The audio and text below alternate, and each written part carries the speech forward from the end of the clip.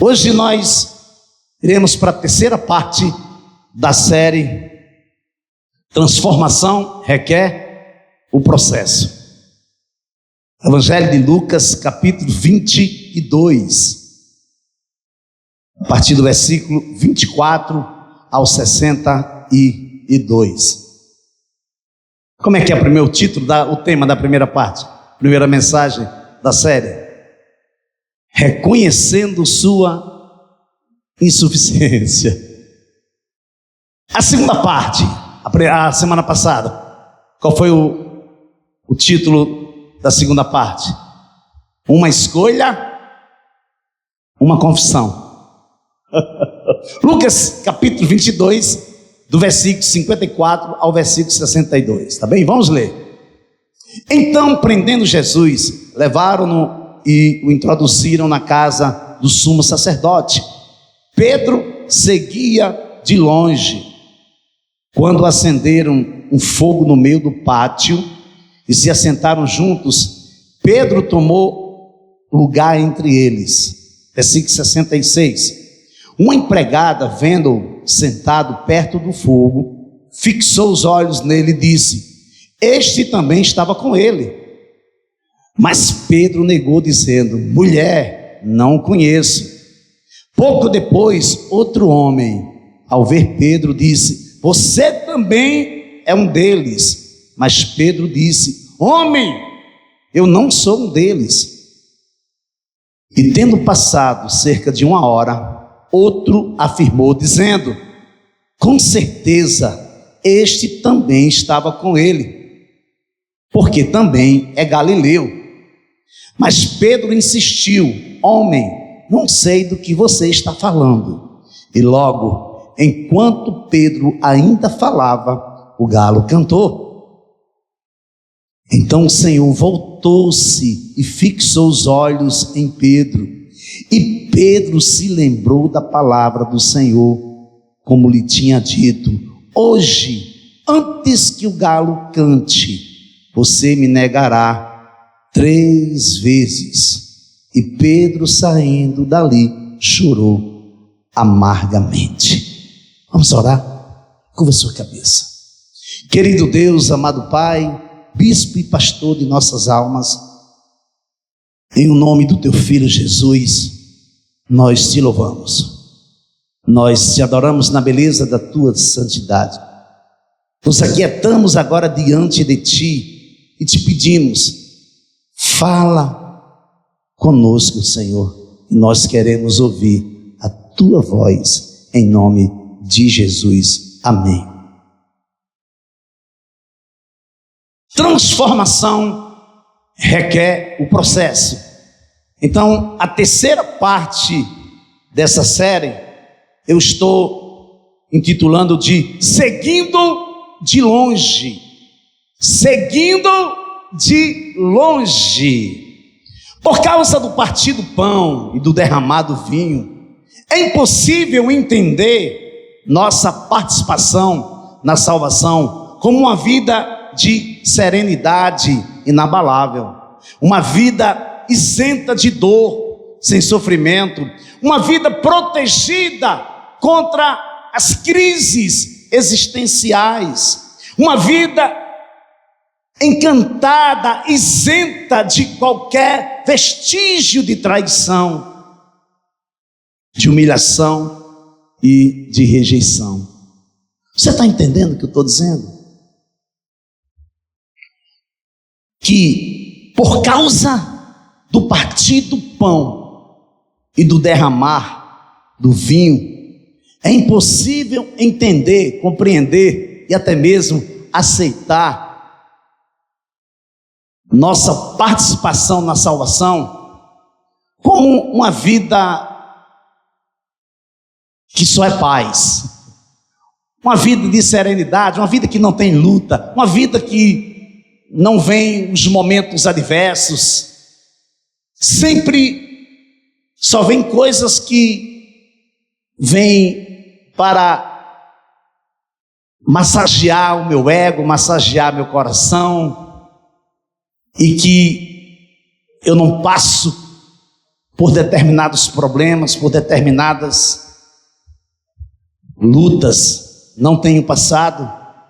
Eu sou isento de qualquer tipo de preocupação. Não, isso não existe. Isso não existe.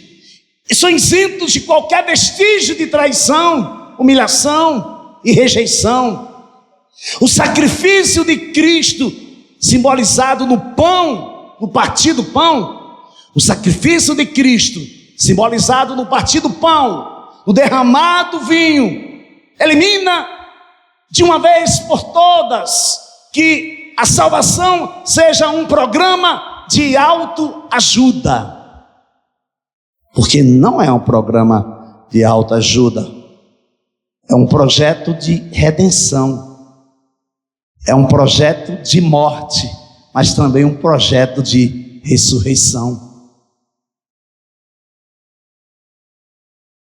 Descobrimos que, ao nos depararmos com isso, quando olhamos para Jesus, vemos que o seu corpo é partido e o seu sangue é derramado, e depois descobrimos isso em nós. Como assim, pastor? É exatamente isso. Essa é uma realidade de todo crente, dia após dia. Dia após dia eu tenho que estar pronto para morrer. Dia após dia eu tenho que estar pronto para renunciar.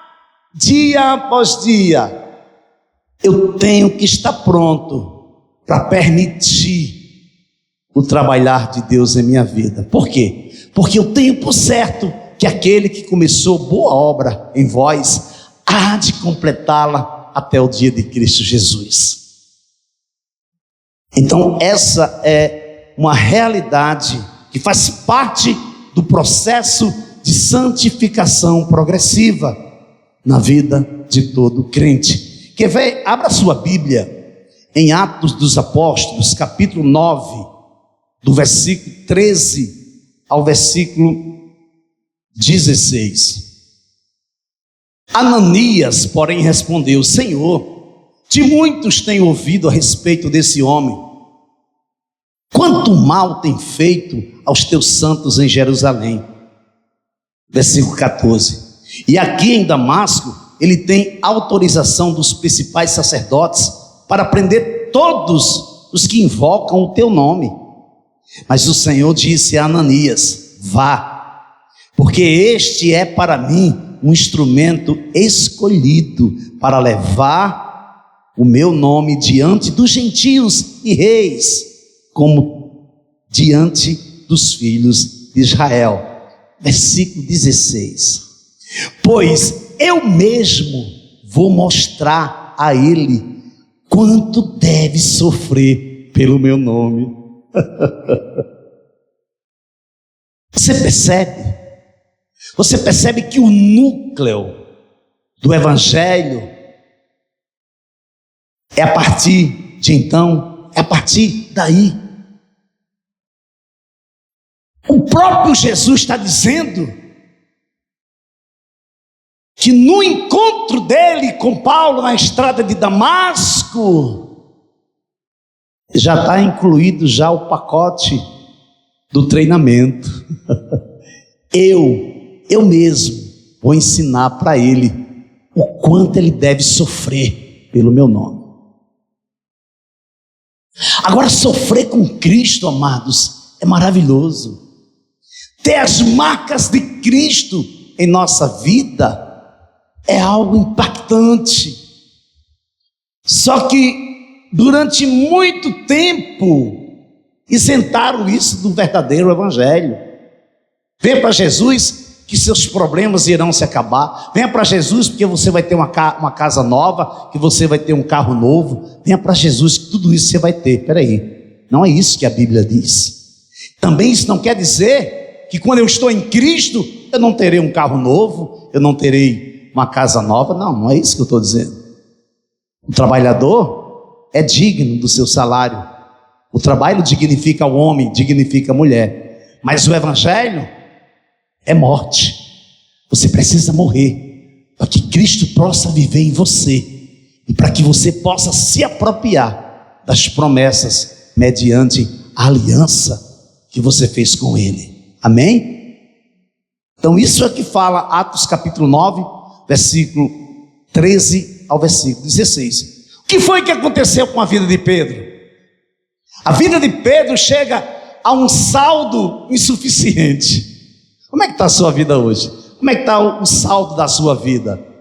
Está suficiente ou insuficiente? Pedro chega ao ponto que o saldo da vida dele é insuficiente para ele prosseguir. Não dá mais. Chegou um momento da vida de Pedro que ele vai ter que tomar uma decisão nessa direção, porque a insuficiência dele é ineficiente, é insuficiente para ele prosseguir. Então o que é que ele faz? Ele toma uma decisão, ele lança a rede. Passei toda a noite, Senhor, pescando. Toda noite eu passei pescando, mas sob a tua palavra eu lançarei a rede. Ele lança a rede, ele é bem sucedido. Depois ele começa a caminhar com Jesus. Ele tem uma revelação. Enquanto todos dizem quem é Jesus, segundo o que a voz do povo fala, Pedro tem uma revelação do alto: e tu és o Cristo, o Filho do Deus Altíssimo. Mas espera aí, o que foi que aconteceu com Pedro? Que chega ao ponto de Pedro não conseguir administrar os seus próprios recursos. Daí então ele precisa fazer algo nessa direção. Embora Pedro fosse uma pessoa cabeçuda, intransigente, rígida, ele se rende ao tomar uma decisão. Ele faz uma escolha. Depois Pedro faz uma confissão e recebe uma revelação impactante, que segundo o próprio Jesus, não foi carne nem sangue, mas o próprio Deus Pai que revelou a Pedro quem de fato era o Cristo. Momentos depois, Pedro se torna uma pedra de tropeço para Jesus. Meu Deus. Momentos depois, Pedro se torna uma pedra de tropeço, ao ponto de Jesus diz: para trás de mim, Satanás. Por quê? Porque você não cogita das coisas de Deus, você cogita das coisas dos homens. Mas como é que pode? Pedro há pouco estava dizendo: tu és o Cristo, tu és o Filho do Deus vivo, e agora ele está cogitando das coisas dos homens, esquecendo das coisas de Deus. Pedro é avisado. Jesus adverte a Pedro. Volta para o Evangelho de Lucas, para o capítulo base, capítulo 22 de Lucas, versículos 31 a 34. Olha o que é que Jesus vai dizer para Pedro: Simão, Simão, eis que Satanás pediu para peneirar vocês como trigo. Eu, porém, orei por você, para que a sua fé não desfaleça. E você, quando voltar para mim, fortaleça os seus irmãos. Porém Pedro respondeu: estou pronto para ir com o Senhor, tanto para a prisão como para a morte. Mas Jesus lhe disse: eu lhe digo, Pedro, que hoje, antes que o galo cante, você negará 3 vezes que me conhece. Lucas capítulo 22, versículos 31 a 34.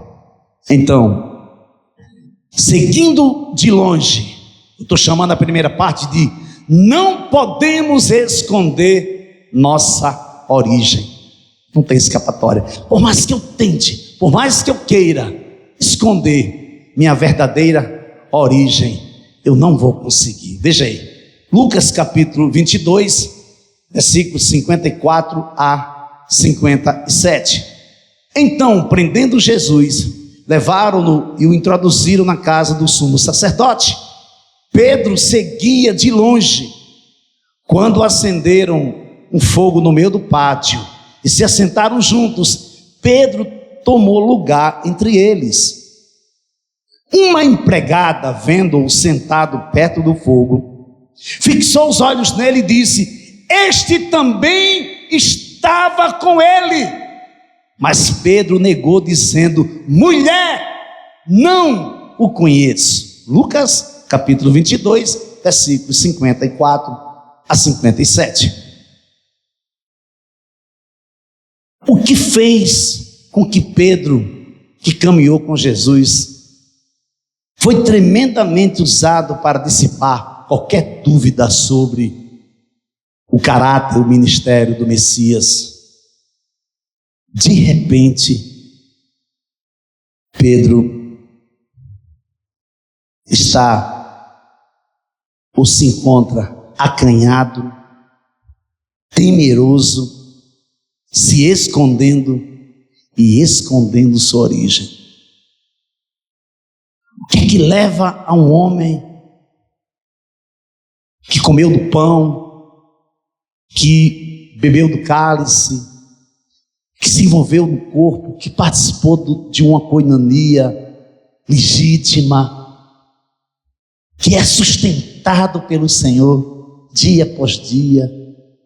O que foi que aconteceu com este homem? O que foi que aconteceu com esta mulher, que hoje se encontra desfalecida, acanhado, desmotivado ou desmotivado por completo? O que foi que aconteceu? Os galileus falavam aramaico com pesado acento gutural. Mas o que é, pastor? O que é um acento gutural? É uma fonética, é uma voz que fala muito pela garganta, entendeu? Eu acho que tem muito a ver com o pato rouco, né? Que só usava a garganta, entendeu? E então os galileus eram identificados pela sua voz ser arrastada, e uma voz que saía diretamente da garganta, não era do diafragma. Então eles eram facilmente reconhecidos. Se tornava quase impossível Pedro se desvencilhar da sua origem. Por mais que ele tentasse, ele não conseguia, como ele não conseguiu. É incrível. Você já viu assim uma pessoa, um homem ou uma mulher, fugindo de Deus? Se fala muito de Jonas, né? Quando nós falamos de fugir, de sair da presença de Deus, lembramos logo de Jonas. Mas na sua vida cotidiana, entre as suas amigas, entre os seus amigos, entre os seus irmãos, você conhece alguém que vive fugindo de Deus? E Deus cerca essa pessoa com alegres cantos de livramentos. Deus dá conselhos à sua vista. Deus sempre está conduzindo a sua presença, mas essa pessoa só quer fugir. Eu lembro de um culto missionário que uma vez eu fui mais a pastora. E o missionário, era um pastor, esse pastor tinha um chamado muito forte para missões. Mas a mulher dele não entendia o ministério dele. E assim como Pedro se transformou, assim como Pedro se tornou uma pedra de tropeço na vida de Jesus, a mulher dele se transformou na vida dele. E ele foi bater no hospital, ele foi acometido de um câncer assim violento, e ele teve um sonho, e no sonho ele ouvia uma voz que dizia para ele assim: eu te escolhi, eu te chamei, mas eu te chamei para te enviar, e você tem fugido da minha presença.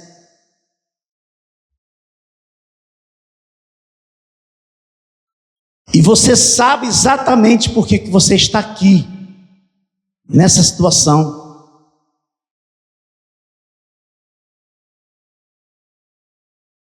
Ele despertou de manhã, a mulher dele chega, tinha saído para comprar uma merenda que ele queria comer, algo diferente, diferenciado da comida do hospital.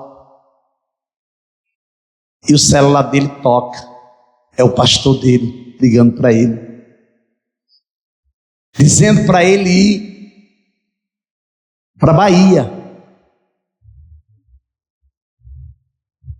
porque já havia uma igreja esperando por ele, para ele pastorear. E quando a mulher dele percebe que ele está falando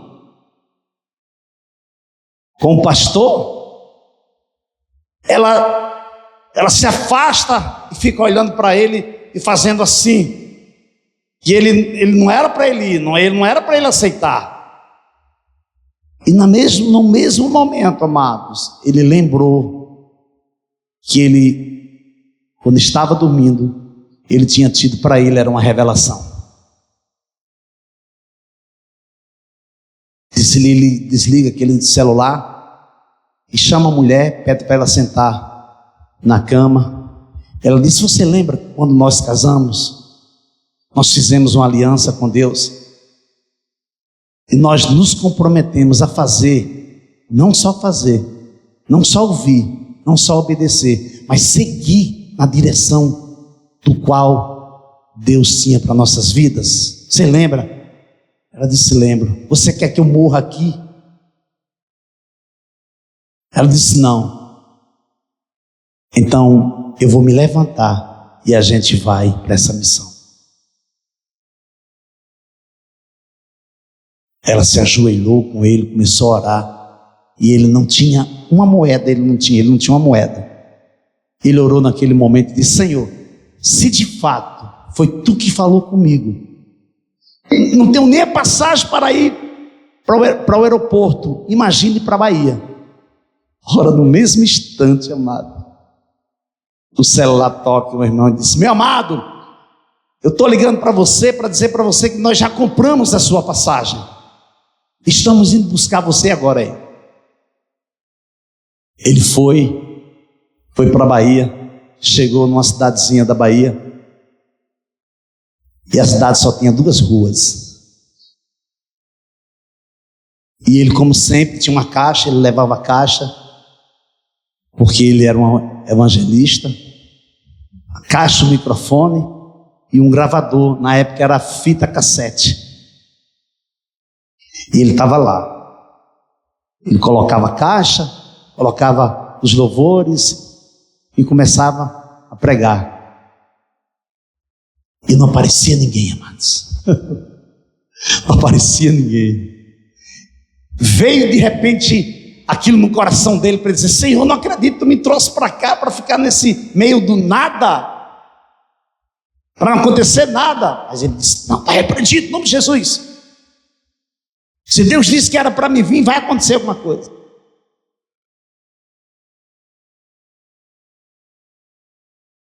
Aí na terceira noite ele abriu a palavra, abriu a Bíblia e foi ler naquela passagem que diz que pisa na cabeça da serpente, né? E ele começou a pregar, e disse: pisa na cabeça da serpente, você tem que pisar, Deus te dá autoridade para isso. E sai de dentro do mato uma serpente. E nisso o povo começa a ver a serpente se aproximando dele, e o pessoal saindo de casa, se aproximando, fazendo. E para ele o pessoal estava ouvindo a mensagem, estava se aproximando, e ele disse: pois você tem que pisar na cabeça da serpente. Quando ele pisa mesmo na cabeça da serpente, e a serpente fica se estribuchando lá, e ele: você tem que crer no Deus vivo. Todo mundo se aproxima, todo mundo daquele vilarejo, amado, se aproxima, se ajoelha e confessa a Cristo. E a partir daquele momento começa-se uma obra missionária naquele vilarejo. Deus sabe como trabalhar. Eu e você é que não sabemos. Só temos que nos aquietar. Só temos que confiar. Só temos que dizer: Senhor, eu confio. É tu que está falando? Então eu vou seguir nessa direção. Então uma empregada, vendo-o sentado perto do fogo, fixou os olhos nele e disse: este estava com ele. Mas Pedro negou, dizendo: mulher, não o conheço. Por mais que você tente fugir do chamado de Deus, por mais que você tente se esconder, Deus não vai desistir de você. Você sabia? Eu tenho um amigo muito precioso, mas ele vive fugindo de Deus direto. E sabe, em dado momento ele se encontra entre a vida e a morte. Eu já falei para ele várias vezes: você sabe o que Deus tem na sua vida. Deus não vai abrir mão de você. Não adianta, amado. Não adianta, porque Deus, Ele não vai de maneira alguma desistir da sua vida. Por mais que você tente, você não conseguirá, você falhará em todas as etapas, porque Deus não renuncia a você. Está ouvindo, Dora? Deus não renuncia a você.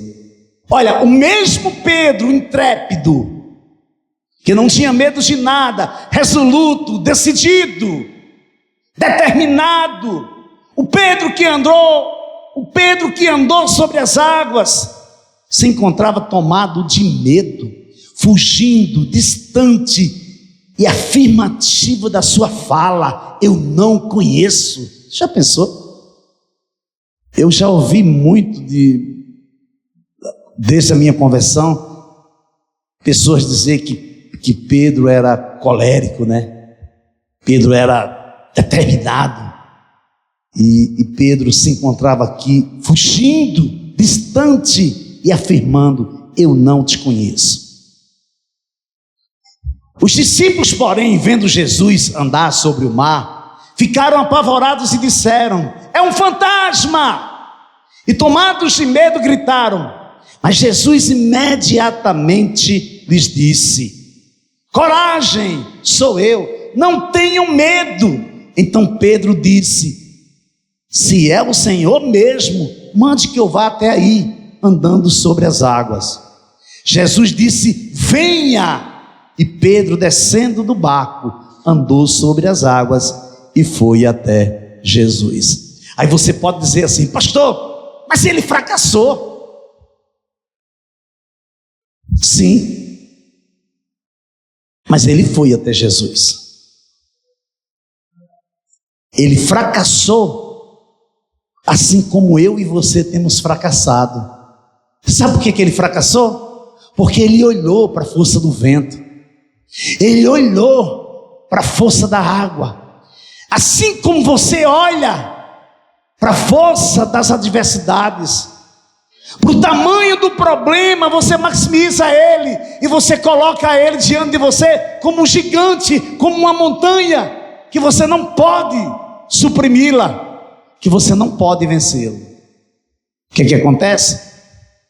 Você suprime a sua fé, você minimiza o poder de Deus na sua vida, porque você não entende que nós precisamos ter reservas para com Deus. Fracassamos quando não somos transparentes com nós mesmos. Sabia que um dos problemas maiores é você não olhar para dentro de você e saber quem você é? Às vezes o homem e a mulher têm medo de encontrar coisas que estão dentro de si, que nem eles mesmos, nem elas mesmas conseguem se relacionar. Mas é nesse momento que você olha para dentro do homem interior, que você olha da mulher interior e que você admite quem você é. Porque às vezes você não admite o que você sente, você não admite o que você quer, você não admite para onde é que você está indo, você não admite. E sabe o que acontece? O tempo está passando, e você começa a fazer coisas adversas, coisas fora do propósito que você sonha. Como é que você quer que aconteça alguma coisa diferente se você não anda nessa direção, se você não caminha na direção que Deus está indicando para você? Muitas vezes não admitimos o que estamos sentindo, nem o que somos. Temos medo de nos depararmos com a nossa insuficiência, com as nossas limitações. Por esse motivo, fugimos de nós mesmos e tentamos fugir de Deus. Quando Pedro é advertido por Jesus, qual é a resposta dele? Porém Pedro respondeu: estou pronto para ir com o Senhor, tanto para a prisão como para a morte. Mas Jesus lhe disse: eu lhe digo, Pedro, que hoje, antes que o galo cante, você negará 3 vezes que me conhece. O que foi que Jesus havia dito para Pedro antes? Simão, Simão, eis que Satanás pediu para peneirar vocês como trigo. Eu, porém, orei por você, para que a sua fé não desfaleça. E quando você voltar para mim, fortaleça os seus irmãos. Você sabe o que eu aprendo com isso? É que haverá um momento que quem vai estar orando por você é o próprio Jesus. A Bíblia diz que o Espírito Santo intercede por nós com gemidos inexprimíveis, mas Ele intercede por nós segundo a vontade de Deus. Por quê? Porque Deus conhece a mente do Espírito. E o que eu entendo com essa palavra hoje à noite é que haverá também um momento que Jesus está orando por você, que Jesus estará intercedendo por sua vida. Você lembra da oração sacerdotal dele? Pai, eu não vos peço que os tire do mundo, mas que os livre do mal. Pai, eu não peço somente por esses, mas também por aqueles que ainda irão crer no teu nome, Senhor, e no teu Filho. Mas há algo interessante aqui que ele diz, e você, quando voltar para mim, fortaleça os seus irmãos. Outras versões dizem assim: tu, pois, quando te converteres, fortalece os teus irmãos. Amém? Você pode aplaudir a Jesus nessa noite? Seguindo de longe, a segunda parte dessa mensagem eu estou chamando de apenas um olhar é o bastante. Diga comigo, apenas um olhar é o bastante. Veja aí, Lucas capítulo 22, versículos 58 a 61. Pouco depois, vendo um outro, disse: também tu és dos tais. Pedro, porém, protestava: homem, eu não sou. Versículo 59. E, tendo passado cerca de 1 hora, outro afirmava, dizendo: também este verdadeiramente estava com ele, porque também é galileu. Mas Pedro insistia: homem, não compreendo o que dizes. E logo estando ele ainda a falar, cantou o galo. Então, voltando-se o Senhor, fixou os olhos em Pedro, e Pedro se lembrou da palavra do Senhor, como lhe dissera: hoje 3 vezes me negarás antes de cantar o galo. Eu não sei qual a fase da sua vida que você está vivendo hoje, não sei. Eu não sei o que você está vivendo no momento atual. Mas de uma coisa eu tenho por certo: Deus sabe. Deus sabe exatamente o que você está passando. Deus sabe onde você tem andado. Deus sabe o que você tem pensado. Ele sabe exatamente por onde você tem andado, o que você tem pensado, o que você tem sentido, como você tem reagido e o que você tem esperado. Ele sabe exatamente de tudo, amado. Por quê? Porque Ele é onisciente, porque Ele é onipresente e Ele é onipotente. Sonda-me, ó Deus, e conhece o meu coração. Prova-me e conhece os meus pensamentos. Vê se há em mim algum caminho mau e guia-me pelo caminho eterno. Salmos 139, versículos 23 a 24. Precisamos olhar para dentro de nós mesmos, como acabei de falar agora há pouco. Precisamos adentrar nas profundezas do homem interior e buscar o que há de mais escuso, aquilo que é capaz de negar a legitimidade de filhos de Deus, de filhas de Deus. Por quê? Porque fomos separados, fomos perdoados, fomos amados. E Deus tem cuidado da sua alma. Deus tem cuidado das profundezas de suas emoções. Deus tem te levado, Deus tem te conduzido, porque Ele tem realizado o melhor em você.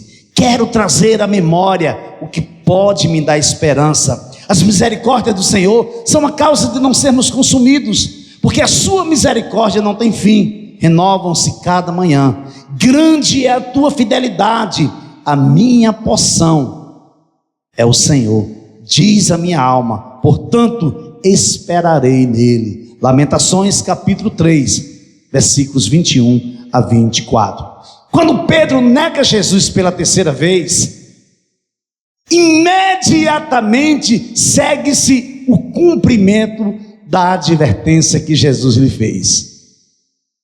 Cumpre-se imediatamente. Às vezes nós não esperamos que aconteça determinadas coisas que não planejamos, nem esperávamos que acontecesse. Mas de repente somos pegos de surpresas. Acontece exatamente aquilo que eu pensava o contrário, aquilo que eu mais tentava fugir, aquilo que não combinava com a minha estrutura de gente. Aí Deus pega você e diz: não, exatamente você que eu quero usar para essa área específica da vida dessa outra pessoa. E às vezes a gente não entende, a gente chega até a querer contender com Deus. Deus, eu não estou entendendo o que está acontecendo.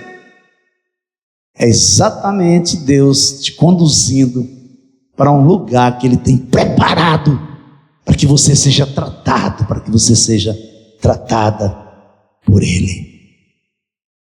Então, na hora que Pedro nega Jesus pela terceira vez, o que é que acontece?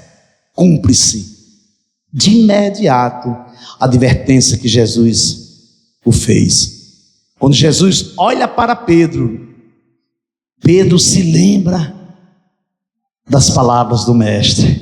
Então, voltando-se o Senhor, fixou os olhos em Pedro, e Pedro se lembrou da palavra do Senhor, como lhe dissera: hoje 3 vezes me negarás antes de cantar o galo. Meu Deus, você imagina assim, ó, você está bem longe, porque Pedro estava longe, só que ele estava se esquentando perto do fogo. Ele sentou com a galera que estava ali, porque ele estava com frio, então ele sentou perto do fogo. Só que começaram a reconhecê-lo, e ele começou a negar. na terceira vez que ele nega, se cumpre a palavra de Deus na vida dele. E quando se cumpre, Jesus olha para ele, só apenas um olhar, amado. Só basta Deus olhar para você. Apenas um olhar de Jesus basta. Você lembra lá do centurião? Falava lá, diga para ele que não precisa ele vir não, porque eu não sou digno que ele entre na minha casa. Basta só uma palavra. Aqui em Pedro não, basta só um olhar. Só um olhar. E quando Jesus olha para Pedro, naquele momento ele, meu Deus, se cumpriu. Eu neguei ele 3 vezes. O que você tem feito com o olhar de Deus na sua direção?